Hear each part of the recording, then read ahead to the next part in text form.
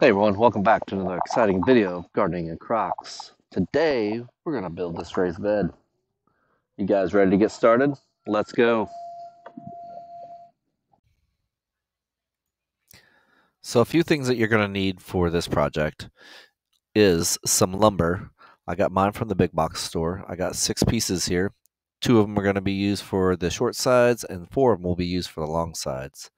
The other things that you will need will be a box of screws that will be able to screw into the lumber. They got to be long enough, and an impact drill. Let's get these boards cut. The first thing we need to do is grab our tape measure, and we're going to measure out 4 foot on each board.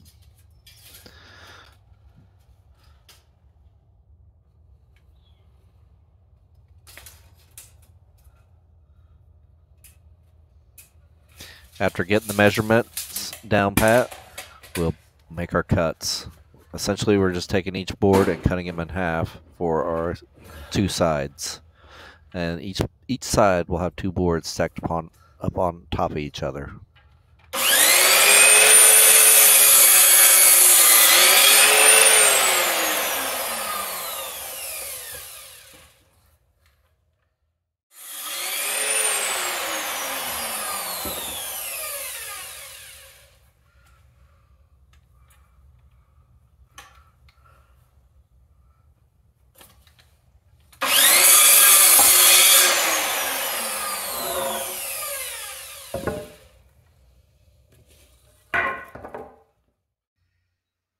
Next, we'll stack the boards on top of each other. I like to use an alternating style for this, so the sides kind of rotate around and makes it easier for me to have everything screwed in. I'll show you this in a little bit. But let's get it all put together and see how it looks before we put our screws in. Okay, we got everything set the way we want it. Let's get this baby screwed together. As you can see, I'm putting 3 screws in each corner for a total of 12 screws. By doing this, I am screwing each level to each other and am securing everything as tight as possible. I feel like doing this way gives me a really sturdy bed. I'll show you more detail how I do this a little later.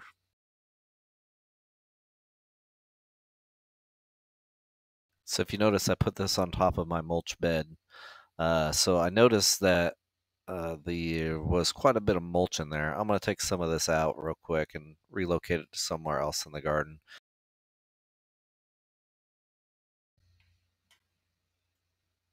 So at this point, I feel like you have a completed raised bed. You're ready to fill it up with some soil. However, before I do that, I was going to make everything kind of match the rest of my beds. I'm doing this with a propane torch that I had purchased.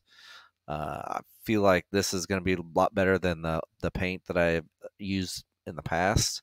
I can tell you one thing: this definitely went a lot quicker. I'm not really keen on the paint. I'm thinking it may start leaching stuff into the soil.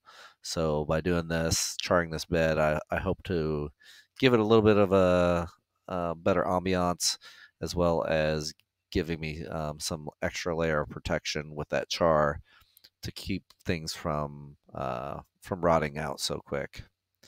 So, if anything else, I'll tell you this was just something fun to do. All right, it is time to fill up this raised bed. So I usually use a classic mix of some composted manure. This is about 4.5 bags of composted manure from your big box store. I always put some chicken poo in there. This really attracts the worms. I have 2 bags of peat moss. This is what I have available to me, so this is what I use. And then I will put some vermiculite in there as well. I'll put this, I won't use this whole bag, but I'll put as much as I need after we get mixing. So I started with the vermiculite first because it tends to blow around in the wind. It was very windy today. So as you noticed too, the peat moss also blew around in the wind. Um, you can see that peat moss is really, really, really dry. I mixed it in with the compost.